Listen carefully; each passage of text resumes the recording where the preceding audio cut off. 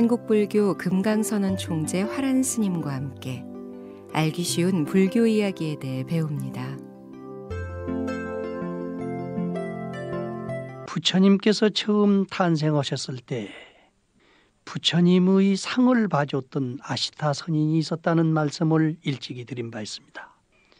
그때 당시에 부처님의 상도 보고 사주도 보고 이렇게 해서 점을 치신 분들이 여러분들이 계셨었지만은 가장 정확성 있게 상을 보시고 점을 치신 분이 아시타 선인이었습니다.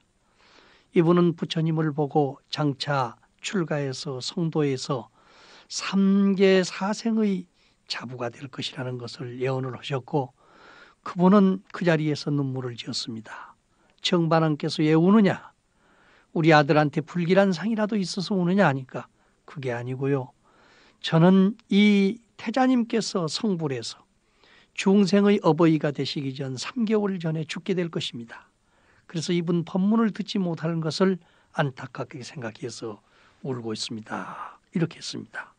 그래서 부처님 아버님께서는 참 큰 상을 내려서 그분의 그 참 선견지명을 칭찬하셨지만은 항상 출가 전에 혹시 그 사람 말대로 출가하면 어쩌냐 이런 생각을 가지고 걱정을 많이 하고 있다가 결국에 출가를 했을 때 아시타 선인의 그 점이 얼마만큼 정확했다고 하는 것을 항상 마음속으로 느꼈던 것입니다.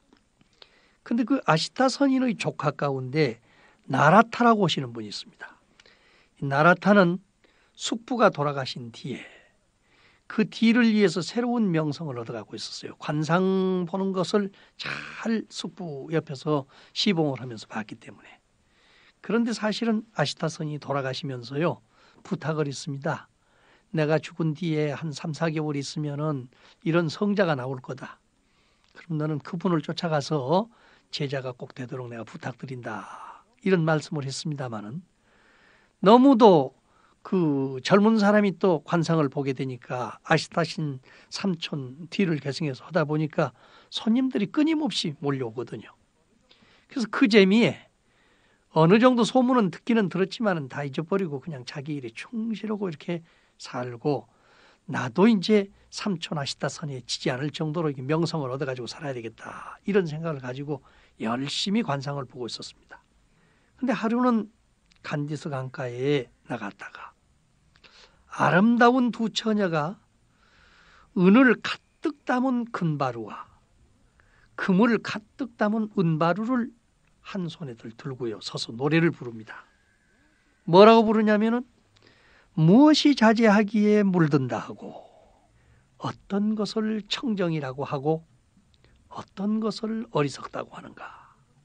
어리석은 사람은 어찌하여 어리석다 하고, 지혜 있는 사람은 어떤 사람을 지혜롭다고 하는가. 어찌하여 인생은 모였다 흩어지며 갖가지 고통을 받고 있는가. 이 노래는 간단한 것 같지만은 우리 인생 전체의 문제를 설명하고 있는 것 같아요. 무엇이 자제하기에 물든다고 하는가. 왜 세상 사람들이 나는 물들었어, 나는 못 쓰게 됐어, 이런 소리를 하게 되는 이유가 어디에 있느냐. 어떤 것을 청정하다고 하느냐. 나는 그 더러운 물든 것에서 다 벗어났다, 맑고 깨끗한 사람이 됐다 이렇게 하는데 그 벗어났다고 해서 청정이라고 하는 것이 뭐냐 도대체. 또 어떤 사람은 지혜롭고 어떤 사람은 어리석다고 이야기를 하는데 어떤 것을 어리석다고 하고, 어리석은 사람은 어찌해서 어리석다고 해야 하느냐. 지혜 있는 사람은 어떤 사람을 지혜롭다고 하느냐. 그런데 그 지혜로운 사람이나 어리석은 사람이나 인생은 결국 모였다 흩어지며 그 모였다 흩어지는 가운데서 갖가지 고통을 받고 있어. 그 이유가 나변에 있느냐. 이걸 노래로 부르고 있는 겁니다. 자기가 아무리 관상을 잘 봐도요 그 여자가 노래를 부르고 있는 이유를 잘 모르겠어요. 그래서 나라타는 정신이 빠져가지고요 그 노래소리보다는 그 노래를 부르고 있는 여인들의 아름다운 모습에 마음이 푹 빠졌습니다. 그러니까 그냥 자기도 모르는 사이에 그냥 무엇이 자제하기에 물든다 하느냐 하고 물른 그 여자 모습을 보고 물이 들었어요. 그래서 옆으로 가서 물었습니다. 그대들은 어찌해서 그런 모습을 하고 이런 노래를 부르고 있느냐. 그랬더니 여자는 답변을 하지 않고요. 그 옆에 서 있던 아버지 되시는 분이 말했습니다. 이들은 내 딸인데 이 그릇 뜻을 아는 사람에게 두 딸과 금, 은 및 이 바리떼를 다 주고자 한다. 나라타고 눈이 시둥그러졌어요. 그 금은만 가져도 일생 동안 먹고 살 수 있는데 관상 보느라고 걱정하지 않고 저만 쳐도 먹고 살겠는데 거기다가 또 저 여인들까지 두 개를 다 얻는다 하면은 이건 뭐 신선이 되는 신선 가운데다가 또 날개까지 붙인 신선이 되는 것 같은 기분이란 말이죠. 그래서 그럼 내가 이게 알아오겠다. 사실은 그 자리에서 가르쳐줘야 그게 그냥 사이가 당장이 되는 건데요. 아무리 생각해봐도 모르겠어요. 집에 가서 연구를 해가지고 오겠다 하고 왔습니다. 집에 와서 맨날 며칠 궁리를 해도 알 수가 있어야지요. 자기 재주로서는 이 그릇 뜻을 풀 수 없어가지고 할 수 없어. 사방으로 돌아다니면서 이제 알아가지고 하는 수밖에 없다. 그래가지고 인도 그때 당시에 유명한 사람은 다 찾아갑니다. 불안나 가섭이라든지 마살 가리 구사리카라든지 아기다기 사가마라라든지 파라 부다가 차야나라든지 또 그 사리부르 스승되는 산사이라든지 또는 니건자야 기부다라든지 이런 분들이 그때 당시에 6명의 그 아주 훌륭한 지도자로서 인도에 아주 명망이 높았던 분들입니다. 그래서 이분들을 다 찾아가 가지고 낱낱이 물지요. 어떤 분은 한두 가지 아는 사람도 있기는 있어요. 그렇지만은 이 6가지를 다 알아야 되는데 가르쳐 주는 사람이 없단 말이죠. 그런데 소위 그 산자야 말하자면은 사리부의 스승 되시는 분이 뭐 우리 제자들 다 뺏어간 사람이 있는데 혹시 거기나 가서 물어보면 알란지 뭐 알겠느냐 이런단 말이죠. 그래서 그 말씀을 듣고 부처님을 찾아갔습니다. 그러나 지금 삼촌이 이런 부처님이 탄생하면 네가 그분 제자가 되라 했지만은 이분 생각에는 아직도 그 소위 세속적인 명망과 또 아름다운 여인들 생각에 딴 생각이 없어요. 그래서 자기가 문제를 가지고 간 것처럼 가서 물었습니다. 무엇이 자제하기에 물든다고 합니까? 이렇게 하니까 부처님께서 육식이 자제하기에 시망이 물드는 것을 물든다고 하노라. 육식, 안, 이, 비, 설, 신, 의 말하자면 눈, 귀, 코, 혀, 몸 뜻이 빛, 소리, 냄새, 맛, 감촉, 법을 보고 거기서 온갖 지식과 상식을 만들어내. 그래가지고 그 지식과 상식에 물이 들어. 나중에는 본 마음은 다 잊어버리고 자기가 알고 있는 그 지식 상식만 가지고 이렇게 이제 세상을 살아간단 말이죠. 그래서 무엇이 자제하기에 물든다고 하느냐? 제6식이 자제하기에 마음의 근본된 마음이 물이 들었단 말이요. 맑고 깨끗한 물이 다른 색깔이 위에서 자꾸 젖어들어 한강 물들듯이 어떤 것을 청정하다고 하고 어떤 것을 어리석다고 하느냐 물으니까 물들 것이 없는데 물들므로 어리석다 하고 본래 우리 마음은 물드는 것이 아니요. 그런데 내 마음은 물들었다. 그 물들었다고 하는 것은 습관이 잘못됐다는 이야기인데요. 그 본마음까지 잘못된 것으로 착각을 하고 있단 말이에요. 그래서 습관성을 고치는 생각을 하지 않고 아주 나는 못 쓰게 됐다. 이렇게 해서 자포자기하는 인생을 어리석다고 하고 물들어도 항상 청성하기 때문에 청정하다고 한다. 설사 물에다가 콜라를 타면은 콜라물이 되고 주스를 타면 주스물이 되고 또 비어를 타면은 맥주가 이렇게 되지만은 나중에 뱃속을 거쳐가지고 대소변으로 빠져서 한강에 가보세요. 본래 물이 청정하지 않아요? 그러니까 아무리 물이 들었더라도 본바탕은 청정해.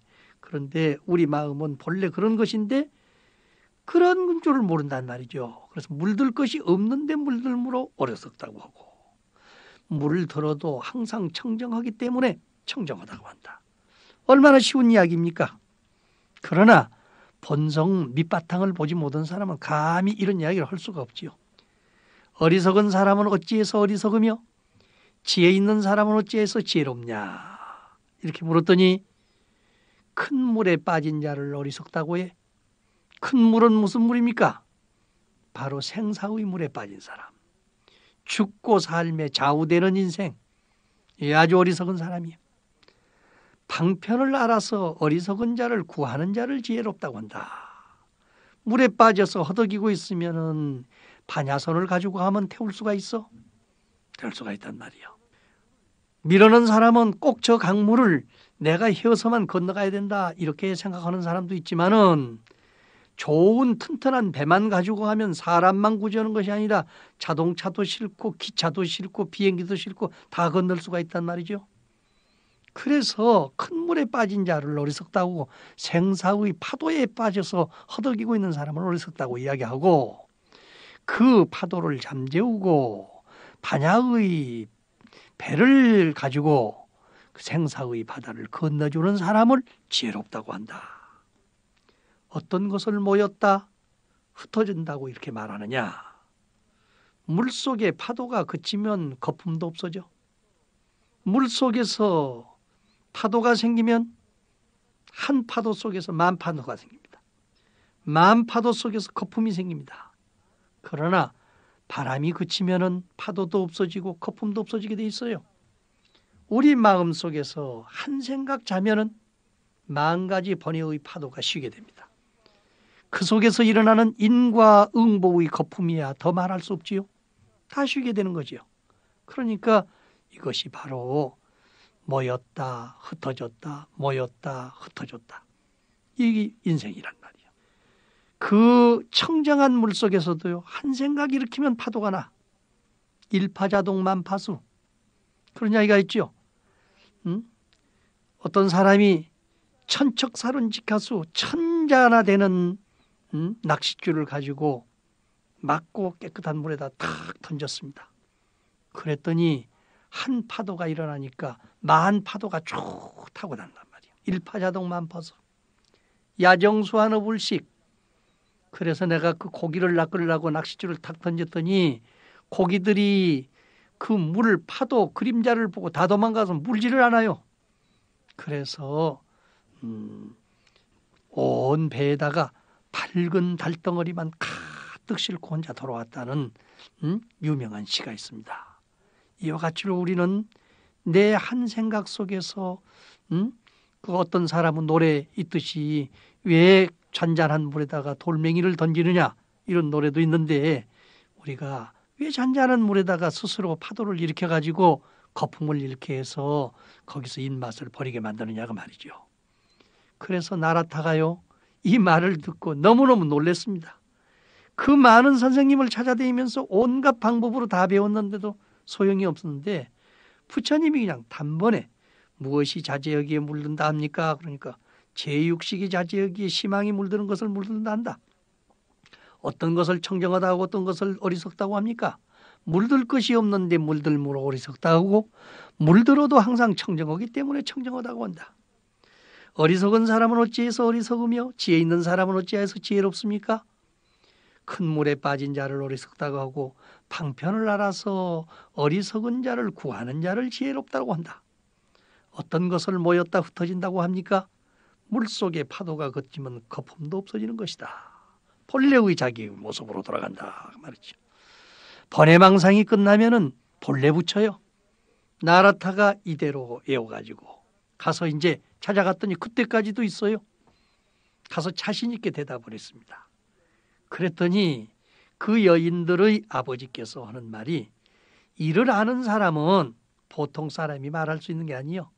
견성성불 해가지고 일체지를 형성한 사람밖에는 이 답변을 할 수가 없다. 이 답변은 당신이 알아가지고 온 답변이 아니에요. 누구한테서 배워왔느냐 물었단 말이에요. 할 수 없지요. 사실대로 이야기했습니다. 그러니까 내가 이제 답변을 들었으니까 딸들은 주겠는데 일단은 이 딸들을 데리고 가서 그분을 한번 찾아뵙고 난 뒤에 결혼을 하도록 해라. 그랬습니다. 그래서 이제 같이 딸을 데리고 부처님한테 갔었죠. 그리고 부처님을 뵙고는요 너무 감격해가지고 눈물을 흘리면서 인사를 드립니다. 그 딸들이요 여자였었는데 부처님 앞에 가서 인사를 탁 드리고 저희들은 바다에 사는 용녀들입니다. 부처님 나시기를 마음속으로 기다리고 있다가 이제 성불의 기회가 왔으니 나도 남자로 변해가지고 성불을 하게 됐습니다 하면서 그 자리에서 그냥 남성으로 변했습니다. 그래서 나라타는 할 수 없이 그 자리에서 저도 숙부께서 일찍이 내가 죽은 뒤에 석가족 출신의 태자가 성불하는 것을 보거든 그를 따라 출가를 하겠는데 저는 세상에 미련이 남아가지고 이렇게 돌아다니다가 이제 와서 그 탐냈던 저 여인들이 그냥 남자로 변했으니 어떻게 합니까? 저도 따라서 출가를 하겠습니다. 물론 용녀이기 때문에 이것은 용이 사람하고 살 수도 없지요. 그렇지만은 그 여자가 남자가 됐다고 하는 것은 원래 우리의 마음속에는 남녀의 성이 없는 것이기 때문에 남녀의 성심만 버려버리면 남자 여자와 관련해서 떠나게 되기 때문에 남자도 될 수가 있고 여자가 될 수가 있는 것입니다. 그래서 나라타는 이 용녀들의 이 지혜로운 또 용녀 아버지 용왕의 지혜에 의해 가지고 깨달음을 얻고 부처님의 제자가 돼서 나중에는 이분이요 사랑을 잃고 고생하는 문다왕을 제도하는 훌륭한 스승이 됩니다.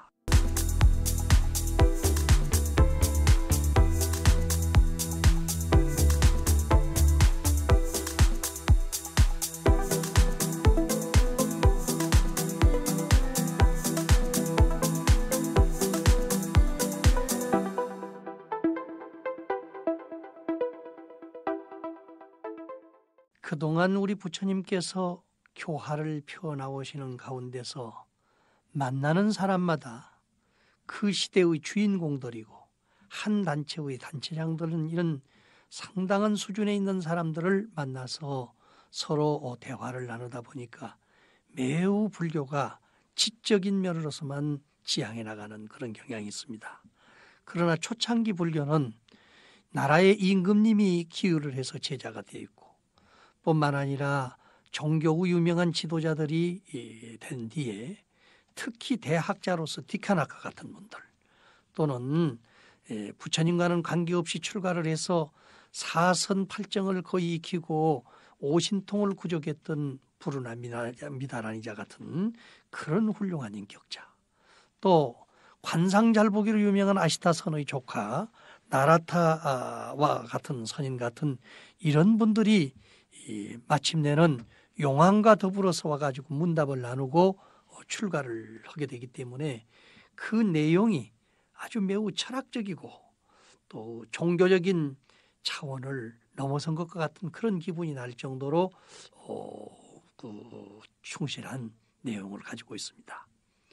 그러나 부처님께서는 어려서부터 집에서 배운 것이 있으시고 또 출가해서 고행을 통해 가지고 스스로 체험한 것이 있으시고 또 뿐만 아니라 그 깨달음을 통해서 철저하게 진리의 밑뿌리를 파헤쳤기 때문에 어떠한 경지에 가더라도 거침없이 그 속속들이를 파헤쳐 보이시고 중생들의 의심을 완전히 끊어주십니다. 이제 소위 사비아의 구도에 대해서 말씀을 드릴까 합니다. 이 사비아는 요즘 말로 할 것 같으면은 전 세계를 유랑하면서 그 세계에 존재하는 모든 학문과 모든 것을 다 편역적으로 체험을 하면서 공부를 한 그야말로 뭐라고 할까요? 천사라고 할까요? 온 세상을 자기 집으로 알고 다니면서 거리에 다니면서 훌륭한 선생만 있으면 골고루 찾아다니면서 배웠던 그러한 소위 인격을 형성한 사람입니다. 사비아의 원고향은 북천 축국 특차시라성입니다. 그의 할아버지가요 쌍둥이를 낳았는데 관상을 딱 보더니 이 길상이 못 된다 해가지고 파리바사 외도에게 주어서 기르게 합니다. 근데 아이는 생각 밖으로 총명해가지고 가지가지 기회와 추수를 익혀가지고 뜻과 지혜가 겸비하게 됩니다. 그 나중에는 성장해가지고 아름다운 옷을 입고 삼차거라고 하는 물병을 들고 걸어가면 누구고 쳐다보지 않는 사람이 없어요. 요즘 말하면 명동신사입니다. 옷도 잘 입고 생김새도 잘했고 또 이 삼차거라고 하는 물병이라는 것은 왕들이나 아주 최고의 지도자들이 가질 수 있는 아주 몇정이 물병인 건데 이것을 들고 지나다니란 말이죠. 그래서 이제 스스로 그 소위 돌아다니면서 살기 때문에 한 왕문을 지나가다가 걸어가는데요. 이 사람이 이제 여자거든요. 걸어가는데 그 모습을 쳐다보는 사람이 하나 있어요. 자세히 쳐다보니까 체묘자재승타라는 논사예요. 어떠한 사람도 이 사람하고 와서 토론을 하게 되면은 가장 묘한 자유자재, 상대방의 마음을 자유자재로 해가지고 반드시 남을 이기고 마는 그런 묘한 재주를 가지신 분이에요. 요즘도 정치를 한다든지 뭐 경제를 한다든지 평상시는 말 한마디 없이 가만히 앉아서 다른 사람들 토론하는 거 다 듣고 있다가 나중에는 싹 똘똘 뭉쳐가지고서 한마디로서 모든 사람을 넘겨버리는 사람 있죠. 그런 재주를 가지신 분이 체묘자재승태라고 하는 논사입니다. 이분을 만났는데요. 첫눈에 반했어요. 그래가지고 그 아내가 됐습니다. 원래 집에서는 시원찮다 해가지고 나무 예도집에 보내줘가지고 거기서 길러서 했는데 또 크니까 인물이 너무 좋고 머리가 총명해서 뭐든지 가르치면 다 안단 말이죠. 아주 멋쟁이 옷을 입혀가지고 내놓으니까 천하의 명인이요. 지나가는데 체묘자재승타라고 하시는 유명한 논사가 쳐다봐가지고 그냥 첫눈에 반해가지고서는 결혼하게 됐단 말이죠. 아이를 베자 바라문 승려는 괜히 싫어하기 시작했어요. 그렇게 좋아하던 사람이 하루아침에 또 싫어합니다. 아기를 베기 전까지는 그렇게 좋아했는데요. 그래서 나중에는 집에도 잘 들어오지 않고 자꾸 이랬었는데 어떻게 합니까? 하루는 가락지 하나를 증거물로 주면서 길을 떠났어. 그냥 가라고 하는 거예요. 그래서 파라바사의 그 양녀는 하루아침에 고독한 사람이 되었습니다. 이 마을 저 마을을 유리하다가 사비아라고 하는 그런 마을에서 사내아이를 하나 낳게 됐어요. 그러니까 뱃속에 든 아이도 얼마만큼 고독했을 것이며 가슴이 아팠겠습니까? 나름대로는 잘 살아보겠다고 열심히 배우고 나무집 양녀가 돼가지고 그렇게 지냈던 사람인데 하루아침에 그 훌륭한 논사를 만나가지고 미치도록 사랑했던 사람이 갑자기 그냥 버리고 딴 생각을 가지니 어떻게 되겠어요? 뱃속에 든 아기도 수없이 울었을 겁니다. 그러나 어떤 방법이 없으니까 어느 소위 사비아라고 하는 마을 에서 아기를 낳았기 때문에 천상 잊어버리진 않게 하기 위해서 이 동네 마을 이름으로서 이름을 짓자. 그래서 사비아라고 지었어요. 그런데 이 사비아가 성장하자 말이죠. 어머니는 자기가 가지고 있는 모든 기능을 이 애한테 전부 전술해서 좀 고생을 덜 시켜야 되겠다. 그동안에 익혔던 모든 학문, 기능, 일체의 모든 것을 다 전수를 해줍니다. 그렇게 해놓아서 다 이제 성숙한 뒤에 10서너 되니까 가락지를 주면서 이것이 바로 너희 아버지가 나 쫓아내면서 줬던 거요. 가지고 와서 너희 아버지를 찾아라 했어요. 사비아는 가락지 하나를 가지고서 북천 축국, 남천 축국 일대를 다 돌아다닙니다. 마을마다 이르러서 아버지가 논전을 잘하는 분이라는 이야기를 들었기 때문에 논전하는 자리는 다 가진 것이에요. 또 자기도 그렇게 하다가 보니까 논사가 됐습니다.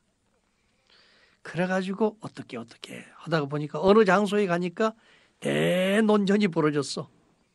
대논전이 벌어졌는데 결국에는 그 논전을 아버지하고 아들하고 같이 하게 됐어요.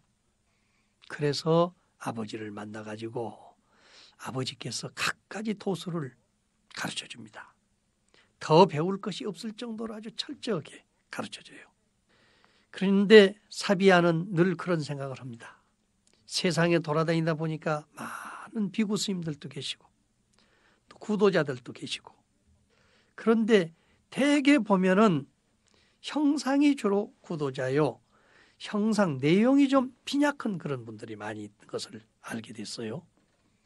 그래서 이제 아까 어제 말씀드렸던 나라타가 육사애들을 찾아가지고 낱낱이 물듯이 이 사람도 그 육사애들을 찾아서 묻습니다. 그러나 역시 시원한 답변을 알지 못해. 들 수가 없어. 왜? 그분들은 뿌리가 하늘 아니면 땅이요. 사람한테 두는 것이 아니라 이 세상 모든 문제는 사람으로부터 비롯됐는데 사람한테 두는 것이 아니고 하늘 땅에다 핑계를 한단 말이요. 그렇기 때문에 해결이 안 되는 겁니다. 그래서 결국에 마지막에는 부처님을 만납니다. 그래서 어떤 것이 비구입니까? 하고 물지요. 그러니까 고행위로 걸림없는 깨달음을 얻고 모든 의심 끊고 열반에 이르러서 유와 무 두 번을 버리고 범행으로 번뇌를 다하면 이를 비구라 한다. 지금까지 부처님께서 그동안의 비구의 정의를 우리 불교 교단의 식구들한테 이야기할 때는 반드시 칠가식을 해라. 걸사형을 하지 않으면 비구가 될 수 없다. 이렇게 말씀을 하셨습니다. 그런데 이 말하자면은 사비아는 그동안 돌아다니면서 보니까 겉으로 밥을 얻어먹는 비구는 참 많이 있어요. 그러나 과연 비구가 돼가지고 무엇을 하고 있느냐 하는 그 비구를 자기 눈으로 볼 수 없었기 때문에 이제 부처님한테 다시 한번 비구의 참뜻을 물은 것입니다. 그러니까 비구는 고행으로 걸림없는 깨달음을 얻고 이 몸뚱아리 좀 보호하는 것에서 그치지 않고 이것을 좀 고행으로 실제적인 수행의 체험을 하면서 어느 곳에 가든지 걸림없는 깨달음을 얻고 모든 의심을 끊고 열반에 이르러 가지고 죽음이 있다 없다 죽고 나면은 영혼이 있다 없다 이런 그 관념에서 두 변을 완전히 버리고 청정한 범행으로 번뇌를 다하면 이를 비구라 한다. 얼마나 엄청난 차이가 있는 말입니까? 이것을 나중에 이제 그 중국 사람들이 번역을 하실 때요. 비구란 뭐냐? 밖으로는 밥을 빌어서 색신을 보호하고 안으로서는 법을 빌어서 진리를 계승해가는 사람이다. 이렇게 번역을 쉽게 했어요. 그런데 지금 사비아에게 부처님께서는 비구의 뜻을 이렇게 가르쳐 주셨습니다. 그 다음에 어떤 것을 성현들이 조복받는다고 합니까? 성현들이 가서 성현이 되셨습니까? 그러면 나는 아직 조복을 못 받았네. 이런 이야기를 많이 하는데요. 어떤 것을 성현들이 조복받는다고 이야기합니까? 뭘 조복받아야 성인이 되는 것입니까? 이런 이야기죠. 마음속에 죽이고 해치는 생각 없애고 깨끗한 더러움 없는 몸을 얻어 모든 얽힘에서 벗어나면 이것을 조복이라고 한다. 우리는 적을 항복받는다 이렇게 할 때 힘을 길러가지고 상대방을 때려 눕혀가지고 승리를 얻는 것을 조복이라고 생각을 합니다. 그러나 부처님께서 생각하시는 그 조복은 가장 중요한 것은 자기 마음속에서 일어나서 누구를 죽이고 싶어하고 누구를 해치고 싶어하는 그 마음을 없애고 또 거기다가 누구는 깨끗하고 누구는 더럽다 이런 그 관념을 가진 그런 몸뚱아리를 얻지 않고 그 관념을 초월한 몸을 얻어가지고 모든 번뇌망상의 얽힘에서 벗어나면 이것을 조복했다고 한다 그 말이죠. 이 세상에서 뭐니 해도요 자기를 이기기가 참 어렵습니다. 자기의 눈기 코 혀 몸뜻 이기기가 어렵고 그 눈기 코 혀 몸뜻에 보이는 색성형 미촉법 조복하기가 어렵고 그동안에 그 두 개 가운데서 익혀진 지식과 상식이 속에 들어가지고 죽이고 살리고 해치고 칭찬하고 하는 그런 분별 시비에 걸려있는 것을 조복하기가 대단히 어렵습니다. 그런데 부처님께서는 바로 그것을 조복을 하는 사람이 성현이다 그거예요. 어떤 것을 정직하다고 하고 어떤 것을 선정이라고 합니까? 다 정직하고 다 청정하지요. 그런데 보니까 거의 다 위선적인 정직이요, 거짓말쟁이 선정이요. 도인 아닌 사람이 없는데 도인 행을 하는 사람은 거의 없어. 그래서 어떤 것이 진짜 도인, 선정을 잘 닦아서 큰 사람이 된 도인이며 어떤 것이 가장 정직한 사람입니까? 안팎으로 모든 군을 거두어서 밖으로 끄달리는 마음이 없으면 그걸 정직한 사람이라고 그러고, 시간과 공간을 초월해서 세상을 실어 떠나면은 그것을 진짜 선정행을 잘한 사람이라고 이야기한다, 그 말이죠. 안으로나 밖으로나 아까 이야기했듯이 안이비설신의 육군을 가지고 늘 정신없이 원숭이 창살 설치듯이 설치고 사는 것이 이 세상 아니에요?